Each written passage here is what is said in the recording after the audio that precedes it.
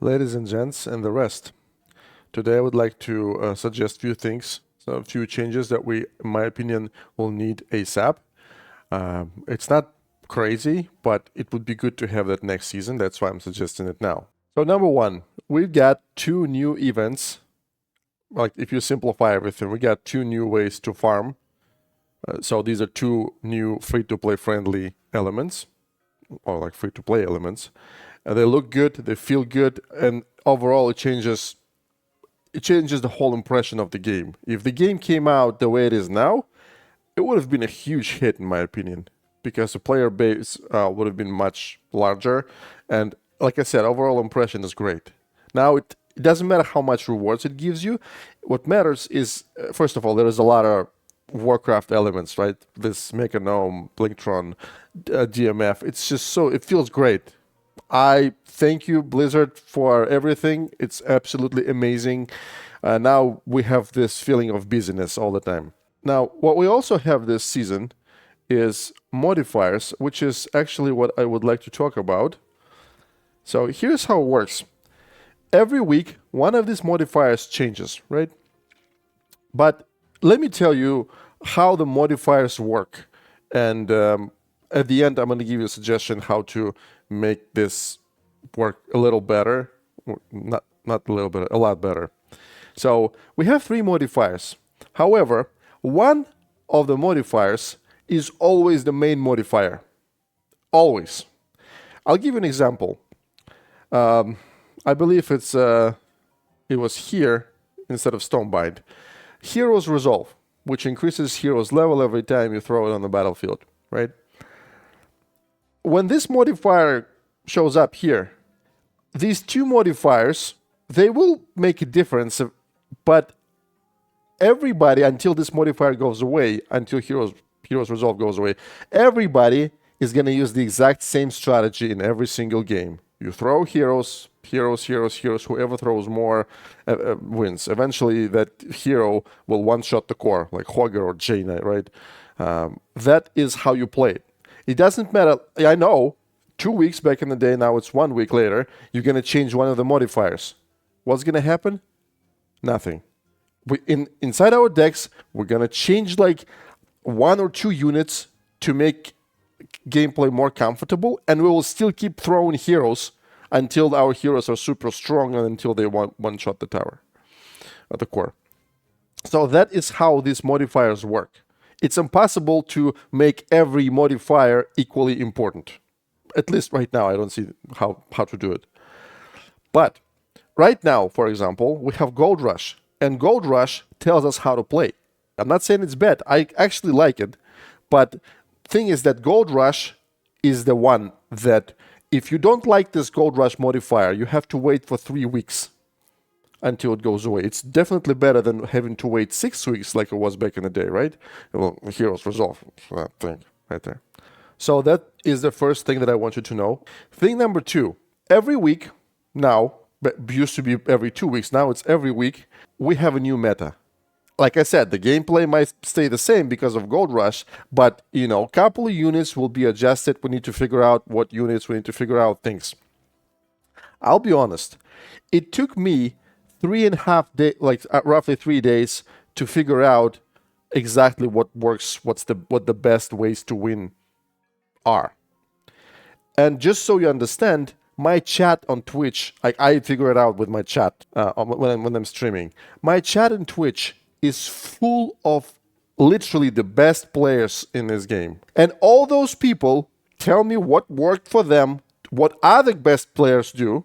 We combine all that. Then I'm trying to simplify everything, make sure that, with lower levels, you will still be able to get some points. And then I make a video on one deck. Now, if it takes me, with the best players in the world, to figure out meta, if it takes me 3 days, then 1 day to make a video, and people have like 2.5 days to actually get use from it, imagine what's going to happen to an average player that has 1 or 2 hours, maybe like 30 minutes a day to play. The best, like what they usually do, they open guides and they follow guides. If you try to figure out the best way to play yourself, I don't think that 1 week is going to be enough. So 2 things, like I said. Number 1, one modifier is always the top modifier, the most important. And thing number two is 1 week. It has to be a little longer. If we combine all these two factors, my suggestion would be you keep all three modifiers for 2 weeks, not for 1 week, for 2 weeks. So 1 week is enough to figure out everything, and the second week is actually when people use that and get results from it. So you keep 3 modifiers to 2 weeks, and in 2 weeks you replace all 3 modifiers, not just one. That way we always get new stuff, completely new stuff. Not Heroes Resolve with a little modification.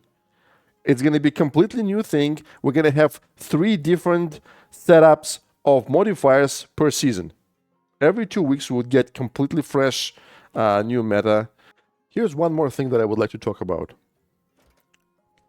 This event, not this particular event, but events in general. So as you can see here, it's a solo activity, Blingtron bounties, but I know, but I want to talk about Dark Moon Fair.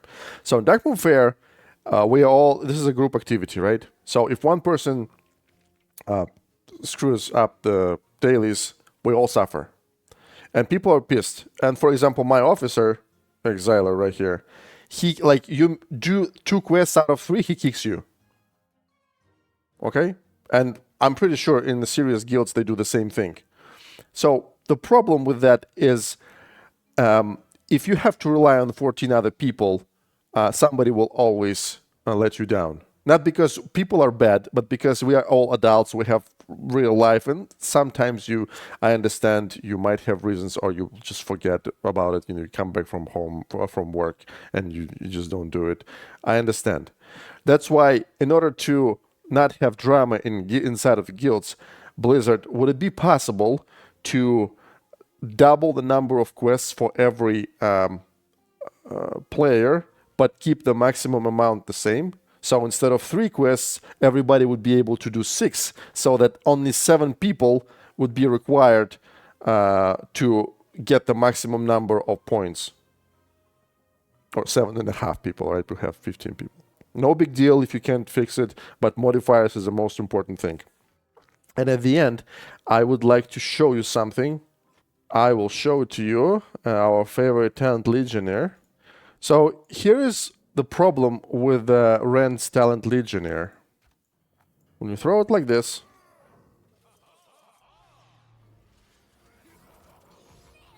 you see, before the safe pilot landed. So when Blizzard starts hitting the Drake, Rend falls on the ground, and both Drake and Rend start getting damage from Blizzard. If you don't have any talents on Rend, the Drake is going to die first, and then Rend will start taking damage from Blizzard, right? Which means talentless Rend is better than the Legionnaire Rend, which is, I don't know if it has to be like that, so the talentless hero is better than the one with talent. I think if it's so, this talent is objectively bad and just design is totally wrong.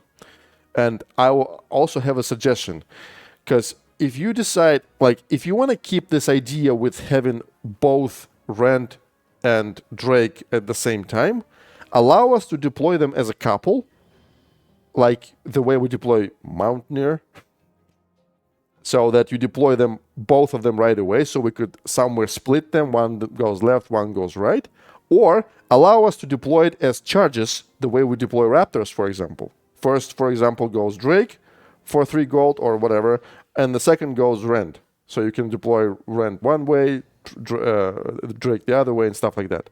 And one more thing, this beautiful woman, Sylvanas Windrunner. So we got her in Season 1, and she is absolutely unplayable. And the thing is that people absolutely love this character from World of Warcraft. I'm one of her friends as well. However, it's completely unplayable because she costs 6 gold.